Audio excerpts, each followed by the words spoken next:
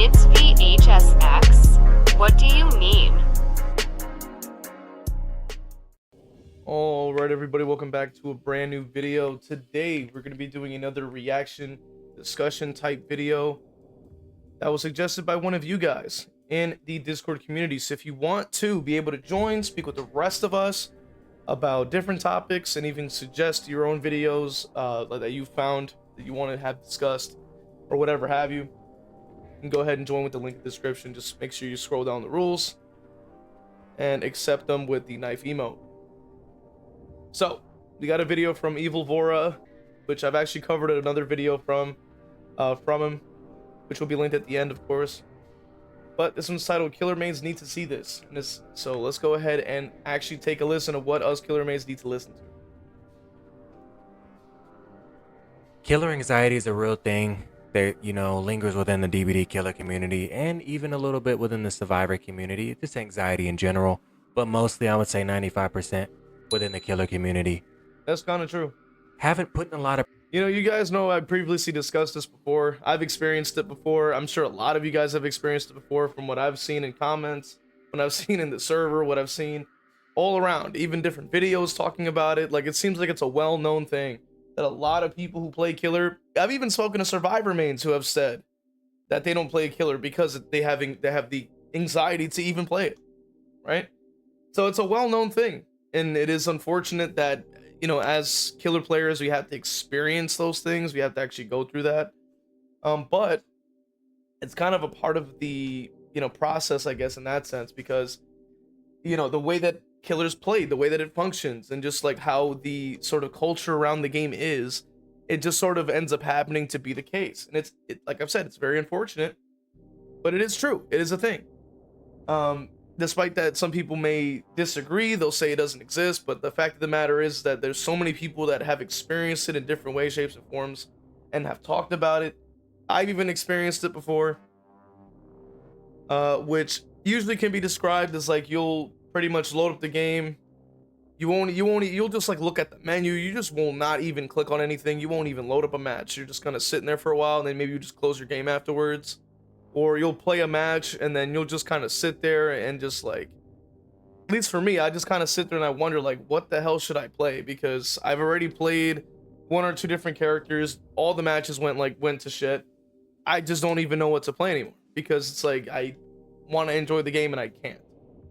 I've had a lot of experiences like that too. Even as recent as like a month ago or something like that, on stream, like I've had experience that. Wasn't really sure what to play or what to do because all the matches were dog shit. And it just wasn't fun, and I was just really sick of it. So it's unfortunately a thing. Pressure on yourself for the 4K is completely unnecessary. Truly. You should be proud of yourself if you get a 2K these days and age, especially against high MMR with the Gen Rush and Speed Hill meta. I want you guys to try something for me. I want you guys to try, next time you play killer, try to play a little bit more for the fun aspect in it. I do kind of understand where Evil's coming from, because, a lot of people are hyper-focused on getting that W, hyper-focused on getting the 4K, hyper-focused on trying to constantly win as much as possible. And as much as I usually am saying, like, if you want to do that, there's a lot of learning that needs to go into that. Because at the end of the day, it's not easy to win consistently, even with, just the same strategies, or just like with using a strong character. You need to be good at those characters and also have good fundamentals. And that's why I try to do those match reviews for you guys, which hopefully I'll be able to put out a few more, because it does get pretty stacked up. But with that being said, on the other side of things, like, there's also, even from speaking for myself, like when I've been playing this game, like, I don't really have fun with the gameplay aspect all the time. I'm mainly focused on trying to win the game, because I've already kind of hit that point with my character where I feel like I've really like hit a level of mastery, and it's really just trying to win the game, and that's where the fun sort of starts from. And sort of coming up with like really good plays based off of my knowledge of the character. And the fact of the matter is that it's just not very fun on its own. Like, it's just simply not really there. unless I'm like until like recently when I did pick up Billy, then I was like, okay, this is actually pretty fun. And I was enjoying this like the sort of learning aspect, but even then that hasn't really kept me on the game. So with that being said, I do agree with the take.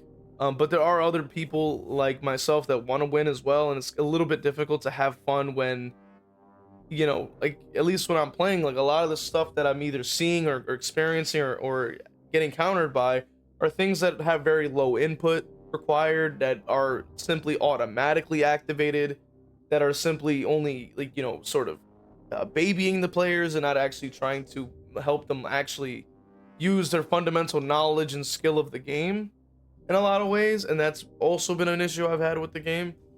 You know, there's a lot of second chance perks that I think are really not designed in a way that rewards good play and only rewards you playing badly. And I think that that's not really a good thing to have in this game, but it is headed, like the game unfortunately is headed in that direction, and there is obviously nothing I can do about it. So it, you know, it is what it is. I mean, what can we do?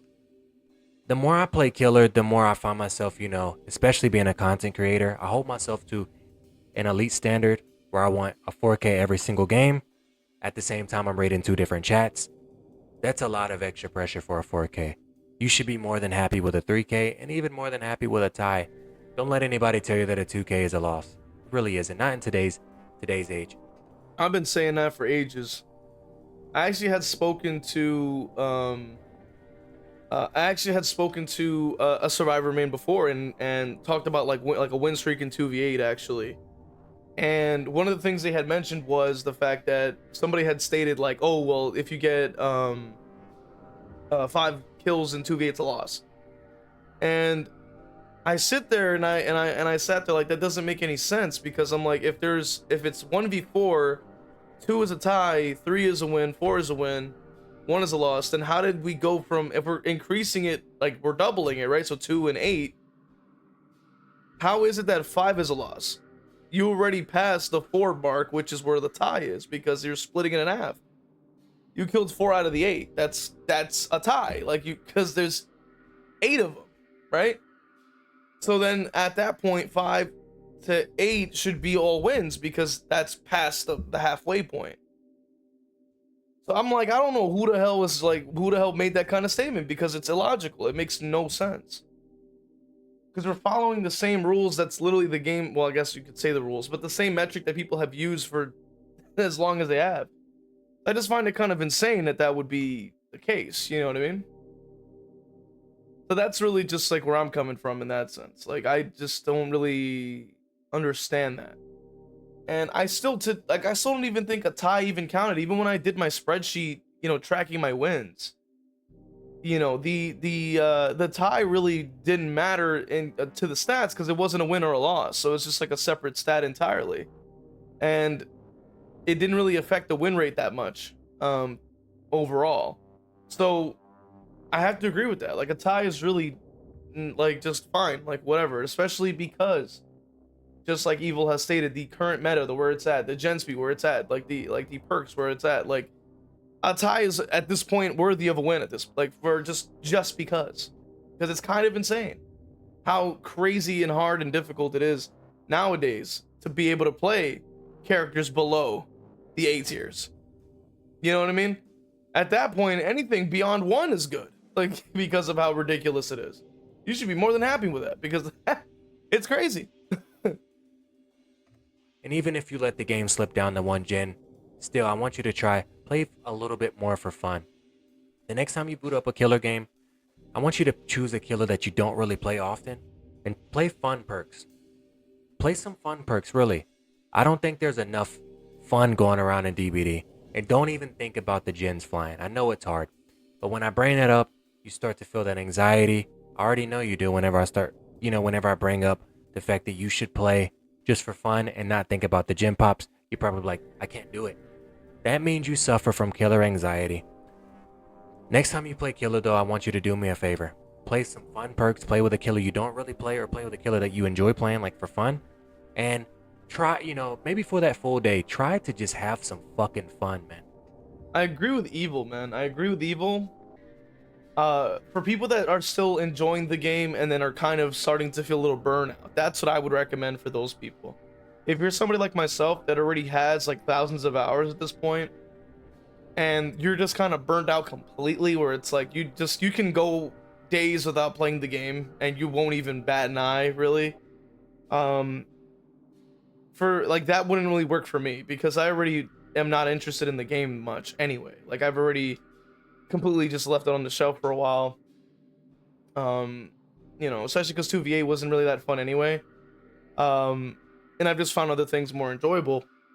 For that type of person, I'd be like, if you want to play it, you can, but don't feel like you're forced to. And if you do, just try to make it fun somehow. Play like a character you don't really play, or maybe play a character you were kind of thinking about trying out, but never really went for it.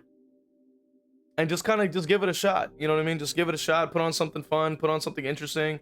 Experiment. You know what I mean? Just go in and try to see how perks work, or just try to find a way to make it interesting. Because at the end of the day, like, you're gonna get burnt out if you continue to do the same thing over and over and over without changing it at all. And in general, the game is supposed to be fun. So if you're gonna choose to play the game, at least find a way to make it fun for yourself. Because otherwise, you're just gonna be sitting there, either bored out of your mind, or you're just gonna get really frustrated because of how repetitive and boring it is. We hold ourselves to this winning standard, a 3K, or I'm a bad. If you lose a game as killer, it doesn't make you a bad killer, especially when the math isn't on your side. Like I said in the other killer anxiety video, sometimes it takes you so long to traverse the map, especially if you're a killer that lacks mobility, that it's genuinely impossible to defend certain gens. You don't always need to go for a tunnel out. You don't always need to hold a 3-gen. Let the game slip and have some motherfucking fun. Somebody needs to say it, man. Truly. Today I was streaming. The reason I make this video, today I was streaming, and I let a game slip. I only was able to secure a 2K. And for some reason I felt myself becoming tilted. I felt myself trying to figure out what I did wrong. I think we were playing maybe Springtrap, a killer I don't even really play often. And to be fair to Evil as well, like, Springtrap is probably one of the weakest killers in this game at this point. Extremely power corrupt and extremely bad. I mean, I know there's a lot of Springtrap mains in the community, so my apologies, of course. But at least for me, playing the character, I'm like, yo, this character's kind of garbage. My main issues are the teleport and just a lot of slowness he's got. Like, he's very clunky and slow. To summarize, I would just really don't like playing him. He has cool voice lines though. I like the voice lines. I like the jump scares. I like the really cool, like, security room. Like, I like things about him. It's just like his power in general. It feels like shit. So I just don't play him. I'm like, whatever. Even his skins are cool. So I'm just like, man, like, if only he was stronger, like, he'd be more interesting. But no, everything about him is super counterable and boring. So I'm just like, never mind. But yeah, I mean, to be fair, like, he's a character that I think would be hard to enjoy a lot of the time. Because he is so goddamn slow and clunky. And somebody in my chat was like, Vora, you don't have to 4K every game. We know you're a good killer. We don't care. We just want to watch you play. And it really struck me a little differently. Bro, that like, shout out to Vora's community member or whatever it was, man, because that is a W community member or audience member or whatever you want to call it, viewer. That's nice, man.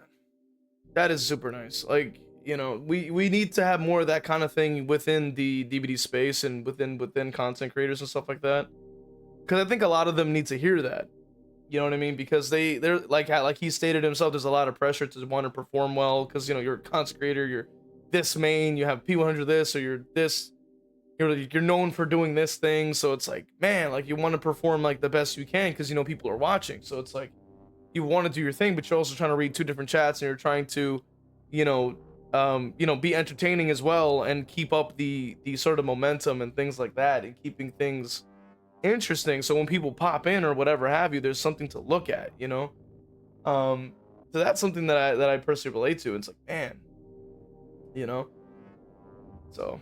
Because I do hold myself to an insane standard, and I know you watching this video, you're holding yourself to an insane standard, and there's nothing wrong with having a winning mentality, truly. But there is something wrong with not having fun, and if you put so much pressure on yourself to win, especially content creators, if you're a content creator, you know what I'm saying. You load up for a killer game, specifically a killer match. When you're playing Survivor, you can just blame your teammates. Truly, I mean, we all do it. When I play Survivor, I'm like, oh, my teammates aren't doing gens. My teammates aren't doing. It's a form of cope, I will admit.